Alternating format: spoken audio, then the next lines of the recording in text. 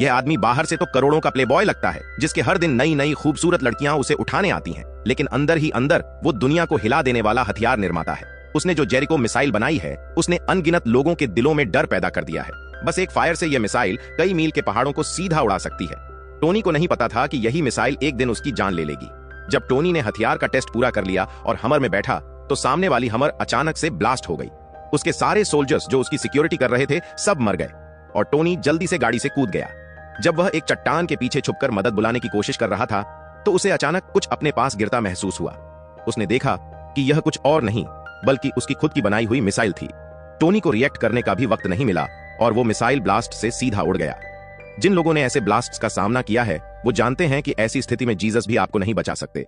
लेकिन किस्मत से टोनी ने एक एलॉय बुलेट प्रूफ जैकेट पहनी हुई थी। जल्दी ही टोनी को ऑपरेशन थिएटर में ले जाया गया। बेहोशी की हालत में उसने महसूस किया जैसे उसके दिल को किसी ने चीर दिया हो, जैसे उसमें एक होल करके कुछ चीजें डाल दी गई हों।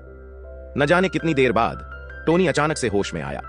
उसने अपनी शिद्दत से दर्द सहकर अपने सीने में घुसी हुई ट्यूब को निकाला। प्यासा टोनी जब पानी पीने के लिए मुड़ने लगा, तो देखता है कि 2 वायर ने उसका रास्ता रोका हुआ है। ये वायर एक बैटरी से कनेक्टेड थी और साथ ही उसके दिल से जुड़ी हुई थी।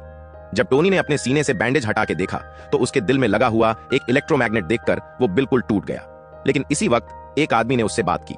ये आदमी वही डॉक्टर था जिन्होंने टोनी का ऑपरेशन किया था। उनका नाम था यिनसेन। यिनसेन ने बताया कि टोनी के शरीर में बहुत सारे मेटल के टुकड़े घुस गए थे। डॉक्टर ने जितना हो सके उतने टुकड़े निकाल दिए, लेकिन कुछ छोटे टुकड़े उसके ब्लड वेसल्स में फंस गए थे, जो निकालने मुश्किल थे। इसीलिए एक इलेक्ट्रोमैग्नेट का इस्तेमाल किया गया, जो उन छोटे टुकड़ों को टोनी के दिल तक पहुंचने से रोक रहा था, ताकि वो जिंदा रह सके। लेकिन ये बस एक अस्थायी समाधान था। जब टोनी ने दीवार पे लगी सीसीटीवी कैमरा देखी, तो उसने पूछा कि वो कहां है। लेकिन इसी वक्त कुछ आतंकवादी वहां आ गए। ये वही थे जिन्होंने टोनी के कॉन्वॉय पर हमला किया था। उन्होंने टोनी को इसीलिए किडनैप किया था ताकि वो उनके लिए जेरिको मिसाइल बनाए। जब टोनी ने सुना कि उसे इन आतंकवादियों के लिए मिसाइल बनानी है, तो उसने सीधे मना कर दिया। लेकिन कई बार मौत के करीब पहुंचने के बाद टोनी को मजबूरन उनकी बात माननी पड़ी। टोनी ने देखा कि आतंकवादियों के कैंप में उसके बनाए हुए वेपन्स हर जगह पड़े हैं। ये देखकर पहली बार टोनी को अपनी सोच पर अफसोस होने लगा। जो वेपन्स उसने देश की सुरक्षा के लिए बनाए थे, वो यहाँ इन क्रिमिनल्स के हाथ में हैं। ये सोच उसके दिल में गिल्ट भर गई। लेकिन फिर यिनसेन ने कुछ ऐसी बात कही जिससे टोनी की सोच बदल गई। टोनी ने उसके बाद आतंकवादियों से मिसाइल बनाने के लिए कुछ मटेरियल्स मांगे, लेकिन वो सच में मिसाइल बनाने का नहीं सोच रहा था। उसने एक मिसाइल को तोड़कर उसके अंदर से एक मेटल निकाला, जो उसकी उम्मीद थी। ये 0.15 ग्राम का पैलेडियम एलिमेंट था, लेकिन उसे 1.6 ग्राम चाहिए था। उन्होंने दूसरी मिसाइल को तोड़कर उससे मटेरियल निकाला, फिर उसको मेल्ट करके शेप दिया। इस प्रोसेस के बाद टोनी ने एक परफेक्ट पैलेडियम रिंग बनाई, जो उसने एक आयरन केसिंग में रखा और उसके चारों तरफ कॉपर वायर लपेटा। टोनी की इस एक्सपर्टीज से एक ग्लोइंग मिनी आर्क रिएक्टर बनाया गया, जो उसकी जिंदगी का नया होप था। अगर मैंने सही से गिना है, तो यह कुल मिलाकर 3 लोहे के आरे हैं और हर एक आरा तुम्हें केवल 50 जीवन की गारंटी दे सकता है, या शायद 15 मिनट की जिंदगी। टोनी ने जैसे ही कागजों का ढेर निकाला, यिनसेन ने उन सभी को एक साथ जोड़ दिया और एक बड़ा सा स्केच सामने आ गया। यह स्केच उनकी यहां से भागने की सीक्रेट हथियार का था। जैसे जैसे इसके पार्ट्स तैयार होने लगे, आतंकियों को सीसीटीवी फुटेज से कुछ गड़बड़ का एहसास हो गया। टोनी और यिनसेन को लगा था कि उनका प्लान सही से चल रहा है, लेकिन अचानक से आतंकी अंदर घुस आए। टोनी ने पहले तो कोई बहाना बनाकर बात टालनी चाहिए, लेकिन वो लोग धोखे में आने वाले नहीं थे। उन्होंने यिनसेन को जमीन पर पटक दिया और फिर एक जलती हुई लोहे की बॉल निकाल। लेकिन जब आतंकी यिनसेन को जलाने ही वाला था, टोनी ने कहा कि उसे यिनसेन की जरूरत है और उसने वादा किया कि वो 1 दिन के अंदर जेरिको मिसाइल बना देगा। इस पर आतंकी यिनसेन को छोड़ देते हैं।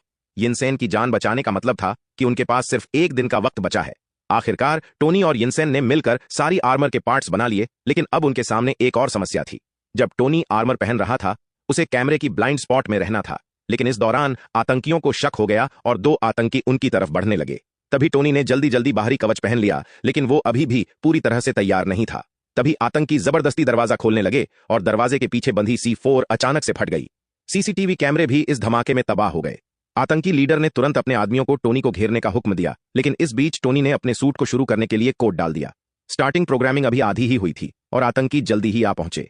यिनसेन ने टोनी के लिए वक्त खरीदने का फैसला किया।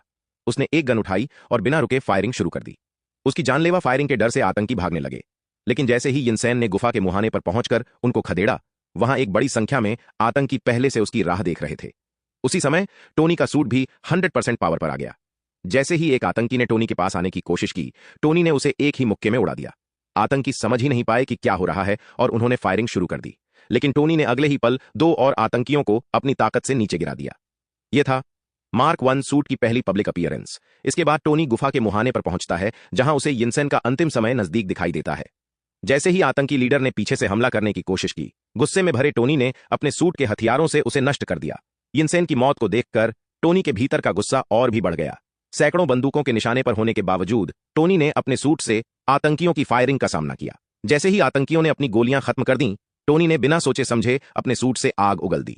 ये आग की लपटें आतंकियों की जानें ले रही थीं, साथ ही आसपास के हथियार भी जलने लगे। लेकिन जब टोनी इन हथियारों को जलाने की सोच ही रहा था, तभी दूर से एक आतंकी ने उस पर हमला कर दिया। भले ही मार्क 1 की डिफेंस क्षमता अद्भुत थी, लेकिन इस हमले का सामना करना उसके लिए भी मुश्किल हो गया।